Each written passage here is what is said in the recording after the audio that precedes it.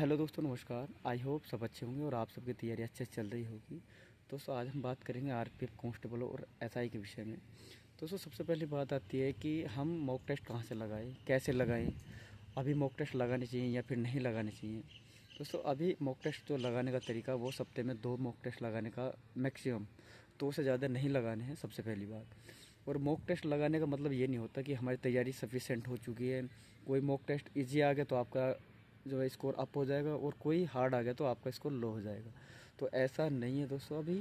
और अभी सप्ते में आपको 2 मॉक टेस्ट लगाओगे तो सफिशेंट होगा। और मॉक टेस्ट कहाँ से लगाने, सबसे बड़ी बात ये होती है कि बहुत सारे हमारे जो साथी हैं वो जो है ना पूछते हैं। तो सबसे पहली बात है कि आप मॉक टेस्ट जो है वो लगाइए टेक्स्ट बुक से। टेक्स्ट बुक का जो मॉक टेस्ट है वो बिल्कुल एग्ज़ाम ओरिएंटेड होता है, और जो उनकी टीम लगी हुई है, जो फैकल्टी है, वो बहुत अच्छी तरह से सोच विचार करके बहुत ही जो है ना रिसर्च के बाद में मॉक टेस्ट जो है ना बनाते हैं। तो सबसे पहले तो मॉक टेस्ट हो गया आपका जो है टेक्स्ट बुक का, और या फिर एग्ज़ामपुर, और या फिर RWA। तो आप बहुत सारे प्लेटफॉर्म हैं जो अच्छे टेस्ट बनाते हैं, उनका आप मॉक टेस्ट लगाइए। 2 कम से कम, मैक्सिमम आपको 2 ही लगाने, 2 से 3 हो जाए पर ज़्यादा नहीं होने चाहिए। जो आरपीएफ एसआई के लिए है।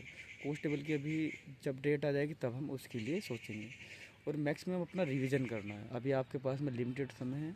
आपका दिसंबर में एग्ज़ाम होने वाला है, और अक्टूबर भी ख़त्म होगा तो नवंबर और दिसंबर, लगभग आपका जो भी 40-45 दिन बच रहे हैं ये, इनके अंदर आपको क्या काम करना है, नया कुछ नहीं पढ़ना। जो आपने पढ़ रखा है उसका रिवीजन कीजिए।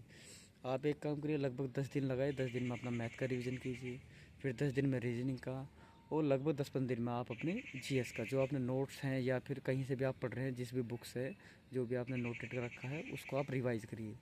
जब आप इतना कर लोगे तो आपके अंदर और कॉन्फिडेंस आएगा। यदि आप सिर्फ इतना कर रहे हैं कि एक मॉक टेस्ट जो है डेली लगाते हैं, कभी RWA का, कभी जो है ना जो है टेक्स्ट बुक का, और सिर्फ उसका एनालिसिस करते हैं, तो आप सोचते हैं कि मेरा तो स्कोर बढ़िया आ रहा है, लेकिन वो एग्ज़ाम पॉइंट ऑफ व्यू से अच्छा नहीं है।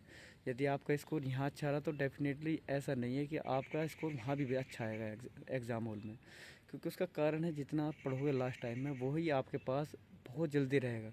जो आप रिवीजन कर रहे हो ना वो आपको याद रहेगा। जो आपने 1 साल पहले पढ़ लिया, क्या वो आपके याद इस तरीके से नहीं होगा यदि आप रिवीजन नहीं करते। तो आपको रिवीजन मस्ट करना है।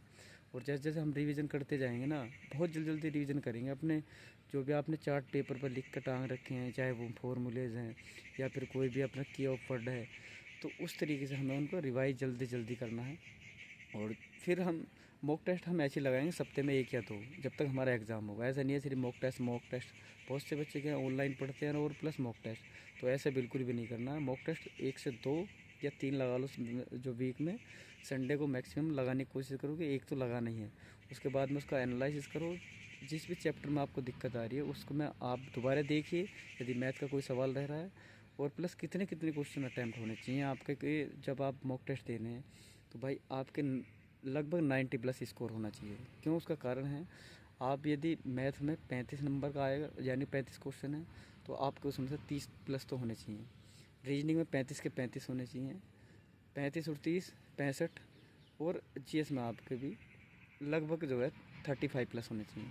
तो इस तरीके से आपका एक बेहतरीन स्कोर होगा, और ऐसा हो सकता है, पॉसिबल है।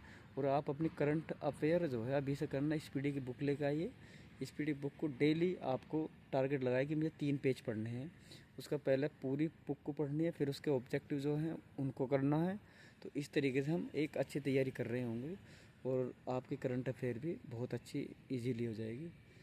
तो दोस्तों, इस तरीके से हम पढ़ रहे होंगे। और मॉक टेस्ट भी ऐसे ही लगाना है।